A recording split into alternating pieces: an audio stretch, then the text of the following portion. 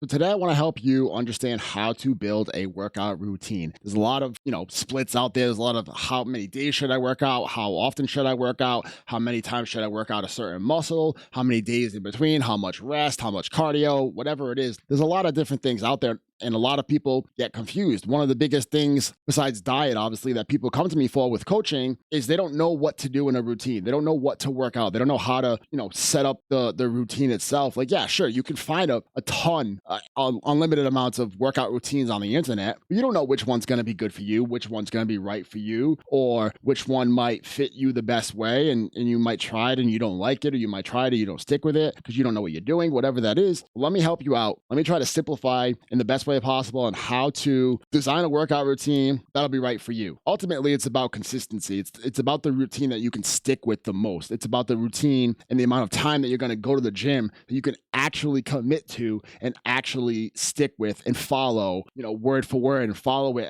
as exactly as it's laid out. So that's what I'm going to help you with today. Real simple.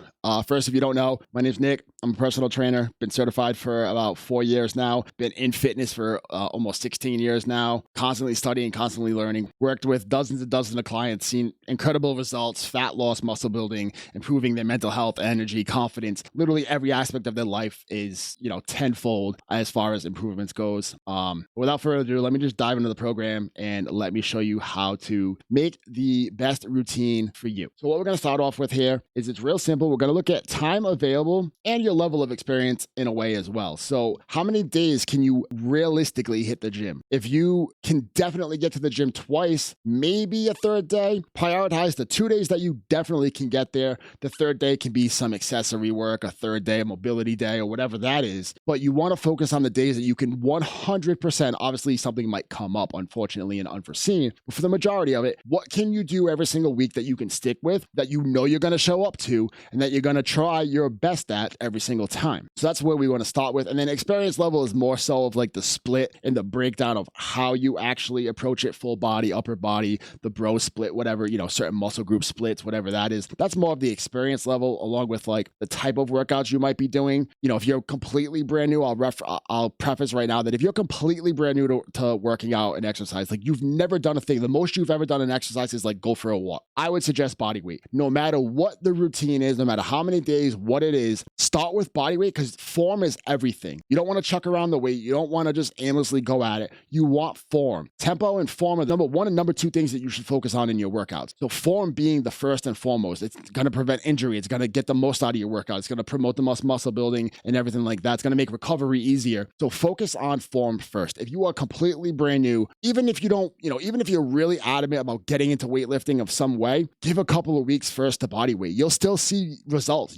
If you've never done anything before, you're going to see results just in that. So if you want to get into squatting and deadlifting and benching and all of that, start with the body weight basics. Just do body weight squats. Just do push-ups. Just do, inverted pull-ups, on the bar for the row, inverted rows with a bar, or a pull-up bar, or pull-ups, or what. Just do things like that first for at least a couple of weeks. Get your body used to that motion. Get your body used to being worked in that way, and then you can progress to the next steps. But I just wanted to start with that real quick. But now, time available and your experience level is what's going to determine your number of days in the gym. So as you see, pretty easy to break it down here. If you're going to go to the gym 2 or 3 days a week, full body is the best that you can do. So that means upper body, lower body, chest, back, arms, shoulders, quads, hamstrings, all of it. You're going to do all of that in that one day. This routine can be about 45 to 60 minutes. That's the other thing too, is you don't need to be in the gym for 2 or 3 or 4 hours. A 45-minute to an hour-long session is perfect. Another thing is the amount of sweat. It's a myth. The amount of sweat that you dump out in a workout doesn't mean you had a good workout. It just means your body heats up a little bit more. Doesn't really matter. So if you're going to go to the gym 2 or 3 days out in the week, go for a full body routine. The good thing about this here is it gives you some leeway. So if you're planning to go 3 days a week, let's say you're planning to go Monday, Wednesday, Friday of this week, you go Monday and then something, comes up on Wednesday and you just can't make it for whatever reason, and then you go again on Friday. The great thing about that is you're not missing a specific muscle group here. This is why I like programming full bodies for a lot of beginners, a lot of even intermediate experience levels, and even some experienced users can get great results out of this because it's about the consistency. So if you're doing chest on one day, day, back on another day, arms on another day, legs on another day, but then you miss that day and you're only doing it once in that week, you just missed the entire chest workout for the entire week. If you have a full body, like I said, you're going Monday, Wednesday, Friday, you have full body on Monday, full body on Wednesday, full body on Friday, you miss Wednesday for whatever reason, you're not missing one targeted muscle, you're missing the whole body, but that's okay because you make up for it in a sense. Like you're not, yeah, sure, you miss a day, but you're not missing one thing because the next day you go, you're doing full body anyways. So 2 to 3 days, always keep it full body. Keep a day off in between. You always want to keep, no matter what it is, you want to keep a day off in between muscle groups. So in this case, full body, like I said, Monday, Wednesday, Friday is going to be easiest routine to follow depending on your schedule. You can go Sunday, Tuesday, Friday, Sunday, Tuesday, Saturday, and then the next week is Monday. As long as you give yourself at least a day, ideally 48 hours is even better for recovery, but at least if you have 24 hours in between the workout, that's going to be the best way there. So if you're designing something that you're going to go to the gym for 2 or 3 days out of the week, do it full body, okay? We'll break down what that'll look like in a little bit later, but 2 to 3 days in a week, full body routine, you're going to be good to go there. If you're going 4 days a week, then you could split it to an upper lower split. You're going to do 1 day of upper body, 1 day of lower body, and then you'll repeat. Best way here, again, I typically use a Monday through Friday because a lot of people don't like to go to the gym on the weekend and they kind of keep it to a Monday through Friday structure. So what you can do here is Monday upper, Tuesday lower, Wednesday rest, which is active rest. We'll get into that later. And then Thursday upper, lower on Friday. Real simple. If you have to go 4 days in a row, upper, lower, upper, lower. You're keeping that 24-hour minimum of rest period between the muscle groups. But that's the best way to do it for a 4-day. There's some other ways you can go about a 4-day. But this, like I said, I'm keeping this as simple as possible to help you out. So if you're going 4 days a week, do an upper body day and a lower body day. Now, if you're going to 5 or 6 days a week, or even 7, which I really don't like 7 days a week because as far as lifting goes, because you want a full day of recovery in my mind. If you're an advanced user, you might go 7 days a week, but like that's such a minute, like 1% of the 1% that's going to do that don't even focus on 7 days a week. Even 5 to 6, like I said, this is getting more towards the advanced experienced user at this point. Most people are going to go to the gym and lift 3 to 4 times out of the week. So you're typically going to be looking in this range of a full body or an upper and lower body split. But for sake of breaking everything down for you, if you're going 5 to 6 days out of the week, this is where you can split it up kind of a little bit differently. This is where you can get the push-pull legs, a bro split, which is typically like chest and back, chest and triceps, back and biceps. Like that's more of the bro split where you're kind of breaking it down to one specific muscle group, maybe like a smaller group with that. So you can do it that way where it's chest and back, shoulders and arms, and then legs, or chest and tris, back and bis. But then, like I said a minute ago, you're going to run into the problem of if you miss a day, you're missing that muscle altogether. So typically, if I'm going 5 or 6 days, I would look at push, pull, and legs. What would that look like in a 5-day? You can actually kind of break it down and take 2 different things here. So on a 5-day routine, you can go push, pull, legs, upper, lower, okay? Or if you really wanted to, like let's say you were emphasizing your leg workout, you could go push, pull, legs, push legs. Like let's say you're having some back problems and you want to take it a little easy on your back a little bit, and you're doing more like at-home mobility and body weight, like strengthening and rehab type of work in a sense, right? You could go push, pull legs and then push and leg. But typically in the 5-day, I would go, if you're doing it this way, I would go push day, pull day, leg day, and then you have a upper day and a lower day. So you're still hitting everything, accordingly, you're still getting 2 days out of all the muscle groups there. That would be the best way there. So again, if we're using the Monday through Friday, then basically you're going push on Monday, pull on Tuesday, legs on Wednesday, and then upper on Thursday. Again, getting at least that 24-hour break in between. And then Friday would be legs. Or if you do go on the weekend, you could go like Monday, Tuesday, Wednesday, push, pull, legs, Thursday off, and then say Friday and Saturday, hit upper and lower, get Sunday for rest again, and then go from there. I'm not really going to break down a bro split, because like I said, it's pretty much like chest and back, chest and tris, back and bis, shoulders, legs, and then another random day of legs or upper or whatever. So that's more of like a specific muscle group, or like arms, right? Like you could do a chest and tricep day and then an arm. Like bro splits they're good, but they're very minute in what you want to do. You're going to get so much more out of full body, upper, lower, push, pull legs than you are a bro split. That's more so like targeted muscle group like goals and things like that, where I don't really program this split for my clients unless we're really honing in on a specific goal and timeline and things like that. But I put it there because it is one of the splits that kind of people come across the most. But for the most part, you want to focus on full body, upper, lower, push, pull legs. Those are going to be your 3 staples to building a program. Now, your goals. Pretty simple here. Again, this is simplified. There are more minute details to everything. I'm just keeping it for the basic person, the basic goer, the average gym goer who wants to look better, feel better, all of that. So maximum strength is typically lower reps, like a 3 rep, because you're pushing as much as possible. You're using as much energy as possible in 2 or 3 reps because there's so much weight on the bar. So you're pushing that intensity really high. So that's basically thinking about your goal of maximum strength, right? So that's going to be less reps. Now, if you're going for the average person, the average look, the aesthetic look in a sense, you're going size and strength. So that's going to be moderate reps. And we'll get into that in a minute. So size and strength, you're balancing everything out. Your average person, basically, if what they want to do, it's going to be moderate reps. And then muscular endurance is a higher rep count, where same thing as cardio endurance, right? And you think about a marathon runner, you run a lot longer. You're going for endurance. You're running for longer. Endurance as far as goals for muscular, which is more minute. It has its purposes, but it's a little bit more of like a targeted goal where you might be an athlete in a certain sport or something where you need that muscular endurance. You need that muscular stamina. If you're a long distance swimmer, you need your upper body to have a lot of stamina in those muscles from swimming and pushing through the water. So that's where the muscular endurance side comes in a little bit more, and that's going to be a higher rep. So the amount of weight of what you're going to lift in these days, you're really going to stay away from this for the most part. The strength of 90 to 100% of your maximum 1 rep in the low rep range. This can be dangerous, and for a lot of people, you lose a lot of form sometimes here. This is going to be more of a, like, again, one of those minute goals that you would get into. This is typically something you're doing more so under a coach, I would say. But again, for the sake of breaking everything down for you, I have it in here. So your strength, your low rep range is typically 90 to 100% of your 1 rep max. So if you can bench, your 1 rep bench is 250 pounds, right? And you're doing a set for maximum strength of 3 reps, you might be doing 225, 230, 240 pounds for those, 2 or 3 reps. For the most part, people are going to be in this size and strength, right? The middle range. That's where most people are going to be. So you're looking at 70 to 80% of your max in that moderate rep range. You could drop to about 60, but typically what's going to be here is, like I said, strength is basically failure. Like that ultimate strength is that 1, 3, maybe 5 rep max where you're failing. Like you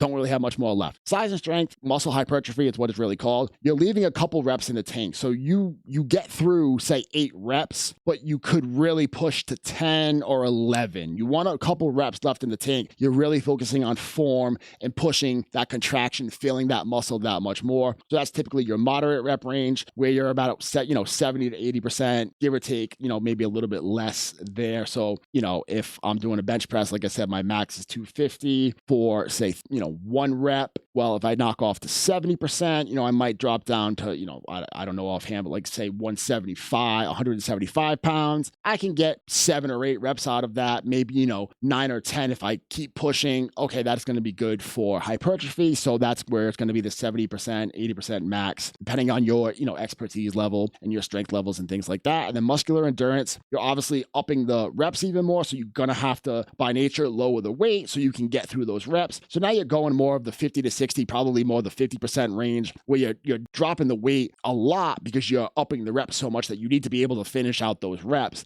And again, you might have a couple left in the tank there. As far as failure goes, you might have 3, 4 left, 5 maybe left in the tank here. It's more about the endurance portion there that you just keep being able to pump through things. On average, basic rule of thumb for your sets, you want 6 to 9 sets per that workout per muscle group. So like I said, example here, 6 to 9 sets of chest. And typically you're going to go 2 or 3 exercises per muscle group. That kind of comes down to time and your strength and stamina already. So if you're feeling yourself tiring out on the end of a second set of chest, like your chest is just exhausted and burnt out, stay with the 2 sets. If you feel like you have some more in your chest, go to the 3. Or if you don't have enough time, if you have a 45-minute window, you're probably going to go more towards the 2 sets because that's going to keep it within your time frame and your time window. So 6 to 9 sets per muscle group. Typically you want to look at 2 to 3 exercises. So 6 to 9 sets of chest, So that could be, 3 sets of barbell bench, 3 sets of dumbbell incline, and 3 sets of flies. So, you kind of break it down that way. Typically, what you're going to do here again for hypertrophy is the average person's what they're doing in the gym, 6 to 12 reps for your bigger muscle groups, so your chest, your quads, your hamstrings, your shoulders, and then smaller muscle groups would be a little bit higher because it takes more to burn out those muscles basically. So you're going to go with like a 10 to 15 rep range for the smaller bicep, tricep, and calves pretty much is what it's going to be for the smaller muscle groups. Rest time. If you're going a low, moderate rep range with high weight, you want maximum amount of rest. You want to be recovered as much as possible because you're exerting a lot of energy in those couple of reps. So you're going to look at 3 to 5 minutes. I would say more towards that 5-minute range as far as rest. For, again, average person that's going, most people, you're going to look at the 2 to 3 minute rest range. And this is crucial. Like, people underestimate the power of your rest times, and they sit there on their phone for 10 minutes or they bang out their reps and 3 seconds later they're right back into it. You need a good amount of rest time in order to get the right energy levels and functions going in your movements. You don't want to rush it, and you don't want to take too long. So in most cases, like I said, people are going to be doing the size and strength, muscle hypertrophy. So that moderate rep range, moderate weight, 2 to 3 minute of a rest there is perfect. And then a moderate to high rep and moderate to low weight, more of your endurance muscles. So bicep and triceps, they recover a lot more, a lot faster. Your abs even, they recover a lot faster. So that's where you're going to go a 1 minute rep typically, a 1 minute rest typically. And then, like I said earlier, don't perform lifts of the same muscle group on back-to-back days. Give it at least 24 hours in between. If you can go 48 hours, even better. Use your off days for cardio, mobility work. Keep your body moving. Rest day doesn't mean just sit around and do absolutely nothing. It still means move your body. It means rest from your muscles, from using so much intensity and energy from your muscles, but you still want to do something. And this is where I love mobility work. Do a 15, 20, even 30-minute mobility drill, full body mobility drill. Work on that, mobility, that flexibility, and get those muscles loosened and things like that. It's going to be great. And then if you're focusing on a little bit of cardio sessions, that's where you could really focus on a cardio only session. And then just another, quick tip here on your off days and really any day in general, get as many steps in as possible. Walking is one of the easiest things to do. It's super low intensity on your body, on your joints, things like that. It's great for your heart health and all the other benefits that I'm sure you know of with walking. And it's just a great way to get a couple extra,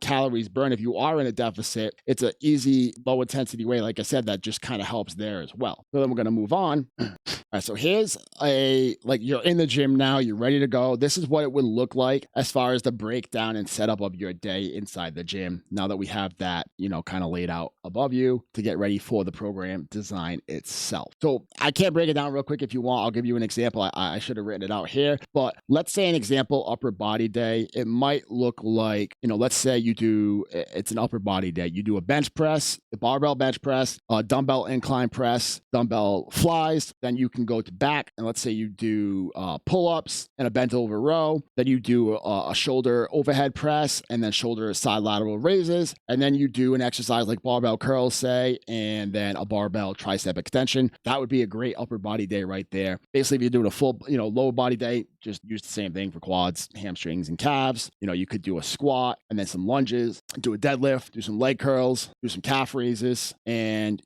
if you want to throw in something else in the middle, you could do like step ups or something like that. Pretty simple. 2 to 3 exercises per muscle group. You're good to go. Now here we go with you're in the gym. You're ready to get going. Pre-workout. Here's your don'ts. I'm putting the don'ts first because this is what a lot of people sometimes do, and they're not, thinking about how to set it up right. So don't static stretch. The holding stretches where you're, this and the, whatever. Don't do the stretches where you're just holding them for 30 seconds to a minute. Don't do those before a workout. If you're doing something for a workout, you want your body to get ready to move. You're not holding a stretch in a workout. You're moving your body. So you don't want to prime your body in a way to hold and sit there and be static. You want to prime your body to move. So don't do holding static stretches before. Another thing that I see far too many people do is cardio. Do not do cardio before a workout. Think about it this way. You're going to lift weights. That could be heavy, moderate, whatever. That should be the focus of your energy. You need all of your energy for the big part of the workout. Cardio is easy in a sense. Why waste your energy on cardio? Save your energy for the workout. So don't run, don't do HIIT, don't walk up, for 30, 40 minutes before a workout. If you really want to do cardio, I'll break it down in a second. What you do want to do before your workout, dynamic stretching, dynamic mobility movements, get your body moving. If you're doing a leg day, do some side lateral lunges, some forward lunges, some, stretches on your toes and ankle mobility, and work on the motion of your body. Get your body primed and ready to move. That's what it should be getting used for. If you want to do cardio, light walking for a couple minutes, 5 minutes, maybe 10 at max, but really just 5 minutes. Jump on a bike or on a treadmill at very low to no incline, moderate speed, like 2.5 for a few minutes, just to, get your blood flowing in a sense, and you're good to go. You don't need to do all that other crazy stuff. Save that for another time. You're doing more harm than good by all of this stuff. Now you get to your workout. What you don't want to do. Don't do your smaller muscle groups first. Don't start with bicep. It's the same thing with energy. Don't start with your bicep. Don't do accessory lifts first. So don't do your dumbbell flies first, and don't do core first. Why? Energy. Again, it's all about the energy. You want your maximum level of effort to go into your maximum energy, the lifts that are taking the maximum amount of energy. These don't require as much energy as a compound lift. So here's a do. Prioritize your compound lift. Those are your big multi-joint movements, your squats, your deadlifts, your bent over rows, your presses. Those are compound lifts. Put those first. So when you're doing chest, start with a barbell bench. When you're doing row, start with when you're doing back, start with a row. When you're doing shoulders, start with an overhead press. When you're doing legs, start with a squat or a deadlift. Start with the bigger movements first, because that takes the most energy. Don't do the smaller movements first. Don't work on the smaller muscles first. Your core will be worked throughout your deadlifts and squats. All compound lifts utilize your core. The abs are quick to recover. They burn out a lot. They take a lot longer to burn out in a sense. You can do that at the end. So do your accessory lifts second. Like I said earlier, you would do for chest, you're going to do barbell bench and then say dumbbell incline press and then dumbbell flies, because it's hardest to easiest. Most energy to least amount of energy. You're going to perform those second. The accessories are the easier, the not as, like I said, they're not compound lifts. They're not using every single thing. Think about it. In a squat, I'm holding onto the barbell. I'm using my back a little bit for stability. I'm squatting down. I got my quads, my hamstrings, my calves are involved. My ankles are involved. Everything is involved in a sense, right? Whereas if I'm sitting on a leg extension machine, I'm stagnant. I'm not moving. I'm not using my whole body to do it. I'm really just using pretty much only my quads there. That's an accessory movement. So something that takes more energy, more effort, and more muscle recruitment should come first. And then, like I said here, do your core work fast. Work on last. If you're doing any app things, do it last, because you'll be able to get through that much easier than anything else. Post-workout, don't do excessive cardio. Sometimes I'll have days where I'll jump on the treadmill on a light, moderate, walking for 20 minutes. So that's okay, but don't do excessive cardio. You just used up so much energy, right? And now you're going to go kill yourself doing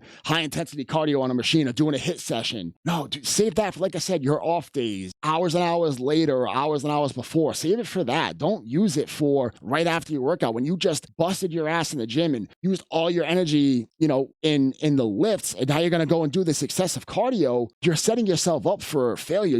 You're putting yourself at so much more risk for injury. So don't do that after the workout. What you do want to do, this is when you bring in the static stretching. Go do 5-10 minutes of holding the muscles, lengthening the muscles. You were just contracting them for so long and pushing through them for so long. Now you want to lengthen them and do the opposite of what you did in the lift. So here you're going to go do static stretching, do your holding position stretches here after the workout. Like I just said, cardio, you can do light walking or the bike up to 20 minutes. I wouldn't really suggest any more than that. Like I said, extensive period of cardio should be done on their own time, really. So up to 20 minutes, but here again, like 5-10 minutes is great. Like I said, go for a brisk walk, or if you want to leave the gym and go for a little walk outside with your dog or something, that's perfect. And then the other thing, a little extra tip here is recovery. Sauna. If you have access to a sauna, it's great for you. It's great for recovery. It's great for your blood flow. It's great for releasing toxins. There's a ton of benefits of using the sauna. So that's just a quick tidbit there that I can post after the workout. Some gyms have a sauna within them, so you can do that after the workout. But that's really about it. That's a quick breakdown on what I can show you on how to build a design and break down a design for you. And you can just Google chest workout and find a million different chest workouts and chest exercises, and then plug and play. Like I said, the bigger movements come first, smaller smaller movements come second. And then, like I showed you earlier, how to break everything down. If you're still confused, if you're still unsure of what to do, I offer programs. Like I said, I'm a trainer. It's what I do for a living. So I do offer pre-made programs. I'll have the links in the description that you can click to if you want to look at some programs that you can purchase for yourself and download them and have all the breakdown. You have how-to videos that I put together for you there as well. So you could follow those programs if you want. But those aren't as customized, like I said, depending on your goals, your expertise levels, things like that. If you want to go one step further, I have one-on-one coaching, which also offers nutrition. So now you get the diet portion of it dialed into your deficit, your surplus, your maintenance, whatever you're looking at for calories, macros, everything there we break down, and I help you along the way there,